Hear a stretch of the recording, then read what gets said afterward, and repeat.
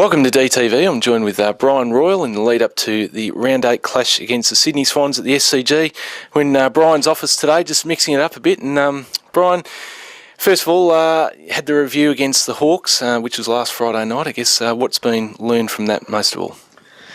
Yeah, Matty, it was no doubt it was an extremely disappointing game. The end result was nowhere near good enough. However, in saying that, what we did get out of the review was, we certainly started the game very well. We thought we competed strongly with them. Some of our ball movement was some of the best we've done all year. So I guess if we can sort of replicate that this weekend, that's what the review's about.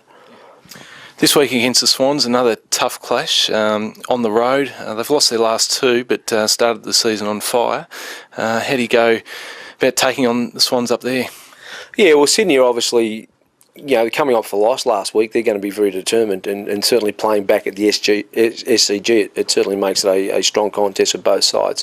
We know Sydney's brand of football won't change. They're going to get back and they're going to compete really strongly. So for us to be in the contest, we've got to compete as well. So a lot of the focus has been around winning the contested football this week, and that's certainly something, if we're going to be strong on the scoreboard, we've got to be strong in that area. Guess interesting for yourself, they've got some fine midfielders, particularly the clearance and contested ball winners with Bolton, Bird and the likes, and of course Josh Kennedy, who's been in great form this year.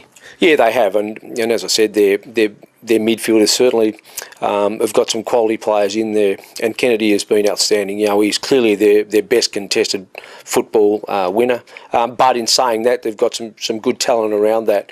It's going to be a really good test for our mids, but certainly, we feel, probably apart from last week, prior to that, our contested footy has been one of the strengths of our game. So, we're looking forward to the contest, and hopefully we can match it in that area. Is there an air of vulnerability about the Swans, given they've lost their last two? Just opens a door, ajar a little bit for you guys to just maybe go up there and cause a bit of an upset? Well, I'd like to think so, but having coached against Sydney for such a long time, and them coming off a couple of losses, it's only going to make them more determined. So, it's going to be a fierce game, because certainly, for us to gain some respect back from what happened last week, we need to have to go at the opposition very, very hard. And Sydney, obviously, as we've spoken about, they wouldn't be happy with their performances as well. So I think she's going to be full on, and we need to match Sydney in that area if we're a chance to win. Interesting. Last two times Melbourne's played the Swans, it's been a draw, and D's, of course, won by 70-plus points at the G against the Swans 2 years ago. Do you draw on any of those, even though different game style and personnel, just for the confidence of the guys that will be playing that played in those matches? Oh, no doubt about that, Matty. And certainly you've got to look back at the history of the reasons why we also got those results, and no doubt that was in Melbourne.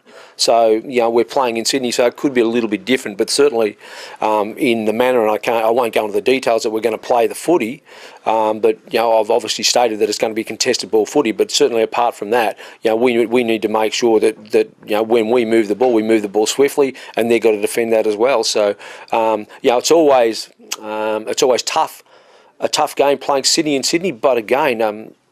Coming off a loss, as I said, we did last week, and they're the same. It's going to be a real fierce game, and we're looking forward as a playing group to compete with a very strong football side in Sydney Swans. Well, it's going to be an interesting one, so good luck for the weekend, and all the best on the road. Thanks, Matty. Appreciate that.